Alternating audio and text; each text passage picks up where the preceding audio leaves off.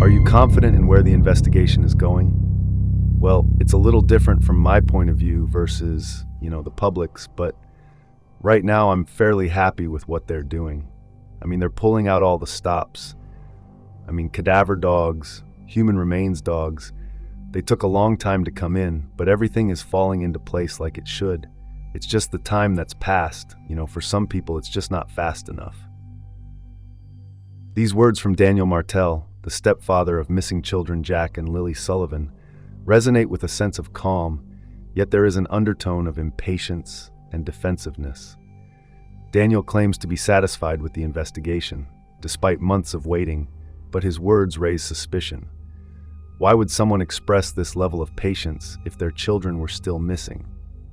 The case of Jack and Lilly has gripped the attention of many since their disappearance in May 2025.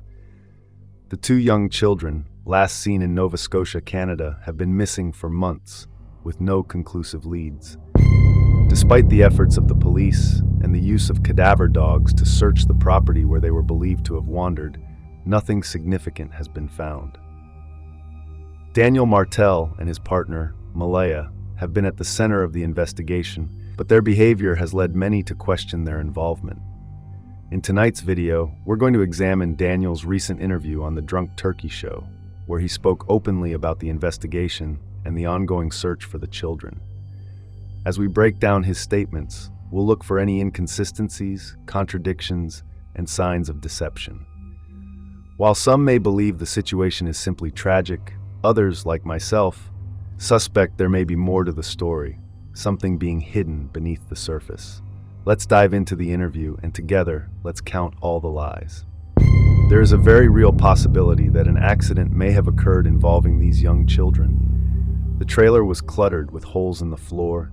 Exposed wood and nails could have posed a significant risk, creating a dangerous environment for small children. But what is even more concerning is the description of Jack being smaller than his peers, which could be indicative of malnutrition, a potential sign of neglect. Even if Jack wasn't malnourished and was simply smaller for his age, and even if the trailer wasn't as decrepit as it has been described, this still doesn't explain the silence from their mother, Malaya, during her only interview on the day the children were reported missing, nor her silence since then.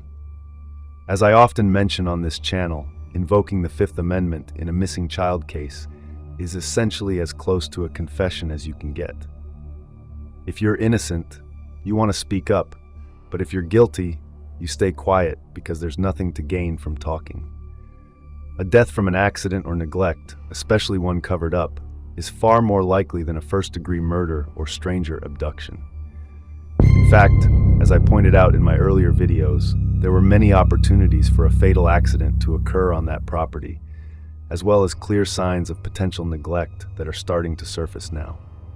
One particularly troubling issue is the fact that the children missed school before they disappeared. Many people have viewed this with suspicion, especially since they were seen on camera the day before their disappearance. The timing may be odd, but that doesn't necessarily indicate something sinister. However, when we examine why they didn't go to school, Daniel's explanation raises some serious concerns. I know on Wednesday, the kids had what they call a PE day, Daniel explains, and so no children attended school that day. Then on Thursday, Lilly had a cough. I didn't really know if Malaya would keep them home on Friday, but it turns out she did, and when I woke up that morning, I wasn't expecting the kids to be home. Daniel goes on to mention that Lilly had a cough the day before she went missing, but despite this, he claims he wasn't expecting Malaya to keep them home. They were home a lot because they were sick a lot, he says. For the first 11 weeks of school, they were sick every week. This sounds like a constant state of illness, yet there's no mention of the children seeing a doctor, despite the severity of their health issues. The explanation is dismissive and speaks to a concerning pattern of neglect. Even more troubling is Daniel's casual admission that he and Malaya never coordinated on whether the children would be at home that day. Malaya decided unilaterally to keep both children home from school, and Daniel doesn't even seem to find this odd. Who was watching the children then? It's highly possible that this story is fabricated, a joint effort between Daniel and Malaya to cover up what actually happened. Even if Daniel's story were true, the situation itself raises serious concerns about neglect. How can parents repeatedly let their children miss school without taking action, or allow them to remain ill for extended periods without medical attention? This is just one of the many inconsistencies in their narrative. For example, Daniel claims that he didn't know Lilly would be kept home, but he also said he wasn't entirely asleep. He knew what was going on, and Malaya even called the school to report the children absent. If that's the case, why didn't Daniel know? All these contradictions lead to more questions than answers. It's hard to believe Daniel's story when the facts don't add up, and the pattern of neglect, whether intentional or not, becomes more apparent with each new detail. First, let's remember that Drunk Turkey asked Daniel about the night the kids went missing. And what did Daniel do? He responded evasively, showing a clear lack of certainty about the time the children went to bed. He couldn't recall it clearly, and he didn't check the time, which frankly is bad enough. Liars tend to use exclusion qualifiers and hedges because they don't want to be caught in a lie. But what's worse is Daniel's attempt to make light of the situation, laughing and joking about it with Drunk Turkey. In other words, instead of showing the concern of a parent who is genuinely wondering, "Where are my kids? What happened? Did I miss something the night before?" Maybe they weren't actually in their beds. Daniel uses humor to deflect, making him appear more relaxed than a parent in such a dire situation should be. Daniel also did something that manipulators often do. Instead of digging deeper into the events of the night before, as Drunk Turkey wanted, he latched onto a minor detail, the backpack of Lilly, and completely derailed the conversation. This is a classic technique of liars under pressure. Latch onto a small, irrelevant detail and hope the interviewer forgets the original line of questioning. Notice that he even starts answering every question with a question mark, a sign of insecurity. For example, when asked about Lily's backpack, Daniel responds, "Well, that was always in her room, right? She had it, right?" This is yet another defense tactic that insecure liars use to protect themselves from being caught. They can always say, "Oh, I was just wondering. I didn't say it was a fact." It's a way to hedge against confrontation and avoid getting cornered. Let's talk about the layout of the house. Daniel describes a 3-bedroom home where Jack and Lily shared a room. When asked about why they didn't have separate rooms, he gives an odd response.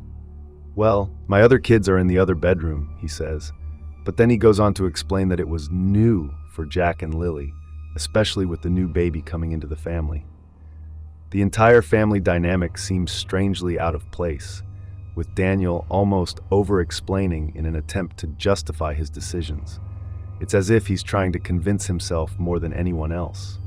Now, let's look at the morning after the kids went missing. Daniel claims he heard Lily coming into the room and Jack rustling around in the kitchen. But when he and Malaya went into the kitchen, nothing had moved. There were no chairs pulled up to the counter, he says, making it seem as though the children hadn't touched anything. This is problematic because we are supposed to believe that Jack, a 4-year-old, was able to wander around unsupervised in the kitchen without leaving any sign of it. It's not just implausible, it points to neglect.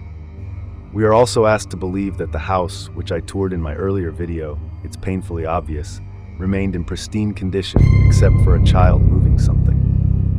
This raises serious questions about the environment in which these children were living. Could Jack have really climbed onto counters by himself without any adult supervision? If that's true, what does that say about the neglect in the home? Lastly, Daniel continues to insist that the children must have gone out the back sliding door. Why? Because it's the only way he can explain their disappearance without being caught in a web of inconsistencies. This claim, however, only adds to the list of contradictions and questionable statements that paint a picture of neglect and perhaps even something more sinister. All of these inconsistencies, combined with Daniel's odd behavior, create a narrative that doesn't quite add up. His focus on small details, his contradictory statements, and the lack of genuine concern all point toward manipulation and a desperate attempt to cover something up. The investigation into the disappearance of Jack and Lily is ongoing, and every piece of information can make a difference. We need the help of the community to uncover new leads or provide any helpful insights that could aid in the search. I encourage you to stay informed by following updates from the authorities, share any information you may have, and support the efforts to bring these children home. Every voice matters in this case, whether through sharing updates on social media or helping raise awareness. Let's come together to support Jack and Lily's family during this incredibly difficult time.